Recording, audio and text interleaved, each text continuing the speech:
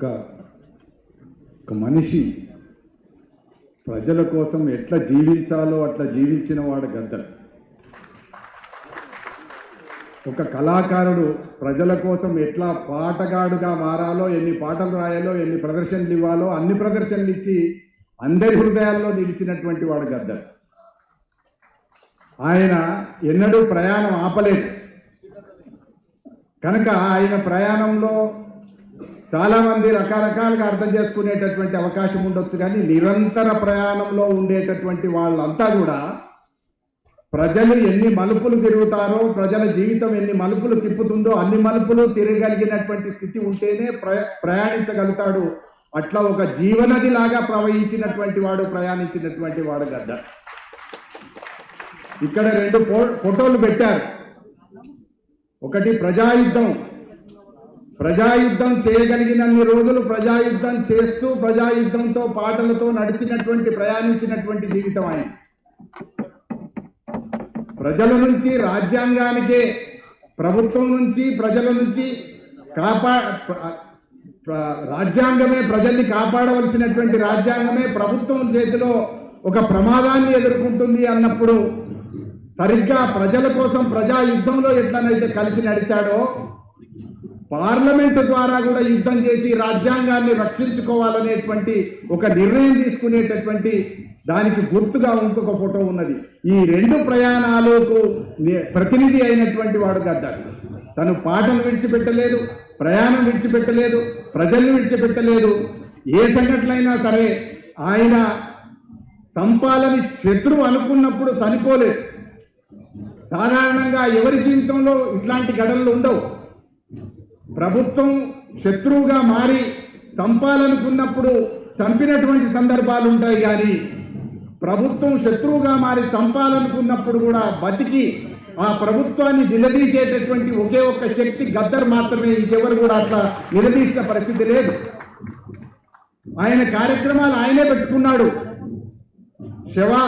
బంధుమిత్రుల కమిటీ పెట్టాడు. శవాలను స్వాధీనం చేసుకునేందుకు కూడా ఆయన ముందుండి నడిచి శవాన్ని బంధువులకు అప్పగించేటటువంటి పని కూడా ఆయన స్వీకరించాడు. శవాన్ని మాత్రమే కాదు, నాకు బాగా గుర్తుంది, భువనగిరిలో బెల్లి లలిత అనేటువంటి ఒక గాయని తెలంగాణ అన్నందుకు ఆనాడు ఉండేటటువంటి ప్రభుత్వం కావచ్చు లేదా ప్రభుత్వ గుండాలు కావచ్చు, వాళ్ళు ఆమెను 16 ముక్కల కింద నరికినప్పుడు ఎవరు కూడా భువనగిరి వైపు చూడడానికి భయపడుతున్నప్పుడు ఒక గద్దర్ లాంటి ధైర్యవంతుడు మాత్రమే భువనగిరికి వచ్చి, భువనగిరిలో అది ఏ ప్రాంతం అనేటువంటిది కూడా చూడకుండా ఎక్కడెక్కడైతే ఆమె ఆనవాళ్ళు ఉంటాయో అని చెప్పి అనుకున్నటువంటి బాయిలో కావచ్చు, అక్కడ ఉండేటటువంటి మసీదులో కావచ్చు, లేదా అక్కడ ఉండేటటువంటి ఎక్కడ ఏదైనా సరే అవి మొత్తం ధైర్యంగా ఆనాడున్న పరిస్థితులలో ఆయన వెంట నడవడానికి కూడా చాలా మంది ఇబ్బంది పడినటువంటి పరిస్థితి ఉంటే గద్దర్ మాత్రమే ముందు నిలిచి ఆ బావిలో నీళ్ళన్నీ తోడి బెల్లిలత అవయవ ముక్కల్ని, ఆ సంతుల్ని బయటకు తీసినటువంటి మహాధైర్యశాలి ఆయన. మహాగాయకుడు మాత్రమే కాదు, మహా ఉద్యమకారుడు మాత్రమే కాదు, మహాధైర్యశాలి. అట్లా నిలబడి ఆనాడు బెల్లిలతను, ఆమె కథను ఏమేమి జరిగింది అనేటువంటి బయటకు తీసుకొచ్చాడు. అట్లా ఎంతో మంది గుండెల్లో నిలిచినటువంటి వాడు గద్దర్, ఎంతో మందిని చేరుకున్నటువంటి వాడు గద్దర్. ఇవాళ ఆటోలో నేను వస్తూ మాటల్లో ఫోన్లో అన్నాను ఎవరితోనో అంటే, సార్ గద్దర్దా సార్, గద్దర్ అంత మంచివాడు ప్రపంచంలో ఎవడు లేడు సార్ అని చెప్పి ఆటో ఆయన అన్నాడు. ఇంతమందికి చేరగలిగినటువంటి శక్తి ఒక కళాకారుడికి, ఒక ఉద్యమకారుడికి ఉండడం అనేటువంటిది చాలా అరుదు. అట్లాంటి గద్దర్కు ఇవాళ చాలా అద్భుతమైనటువంటి నివాళి జరుగుతున్నది. ఆయన శత్రువు అనుకున్న నాడు చనిపోలేదు.